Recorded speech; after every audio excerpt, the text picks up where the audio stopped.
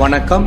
City man Tamil செய்தி பத்திரிகை YouTube சேனலின் செய்திகள்.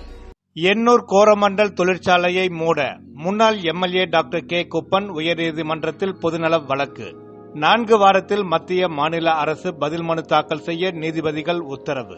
சென்னை எண்ணூரில் உள்ள கோரமண்டல் உர நிறுவனத்திற்கு கப்பலில் இருந்து திரவ அமோனியாவை கொண்டு செல்ல கடலுக்கடியில் அமைக்கப்பட்டுள்ள குழாய் கடந்த 2023ஆம் ஆண்டு டிசம்பர் 26ஆம் தேதி சேதமடைந்தது.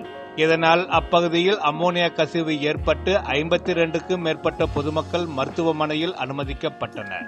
எண்ணூர் பகுதி மக்கள் தொழிற்சாலையை மூட வேண்டுமென தொடர் போராட்டங்கள் நடத்தி வந்தனர். பல்வேறு அரசியல் கட்சி தலைவர்கள் அந்த போராட்டத்திற்கு ஆதரவு தெரிவித்தும் வந்தனர். இதனைத் தொடர்ந்து அந்த நிறுவனம் சரியான ஆவணங்கள் மற்றும் அனுமதியின்றி அமோனியாவை இறக்கியதாக முன்னாள் எம்எல்ஏ கே குப்பன் குற்றம் சாட்டியிருந்தார்.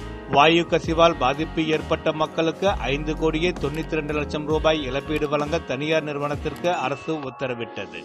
போபால் விஷவாயு துயர சம்பவத்திற்கு இணையாக வாயு கசிவு ஏற்படுத்திய கோரமண்டல் உர நிறுவனத்தை சீல் வைக்க உத்தரவிடக் கோரி திருவெற்றியூர் முன்னாள் எம்எல்ஏ கே குப்பன் சென்னை உயர்நீதிமன்றத்தில் வழக்கறிஞர் மோகன் மூலம் பொதுநல வழக்கு தாக்கல் செய்துள்ளார்.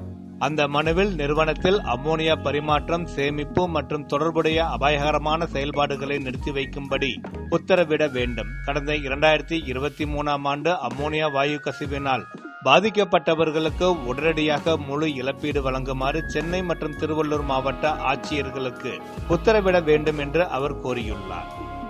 இந்த வழக்கை விசாரித்த தலைமை நீதிபதி எம் ஸ்ரீவத்சவா மற்றும் நீதிபதி ஸ்ரீ அருள்முருகன் அடங்கிய அமர்வு மனுவுக்கு 4 வாரத்தில் பதிலளிக்கும்படி மத்திய மாநில அரசுகளுக்கும் மற்ற அமைப்புகளுக்கும் உத்தரவிட்டு விசாரணையை தள்ளி வைத்தது.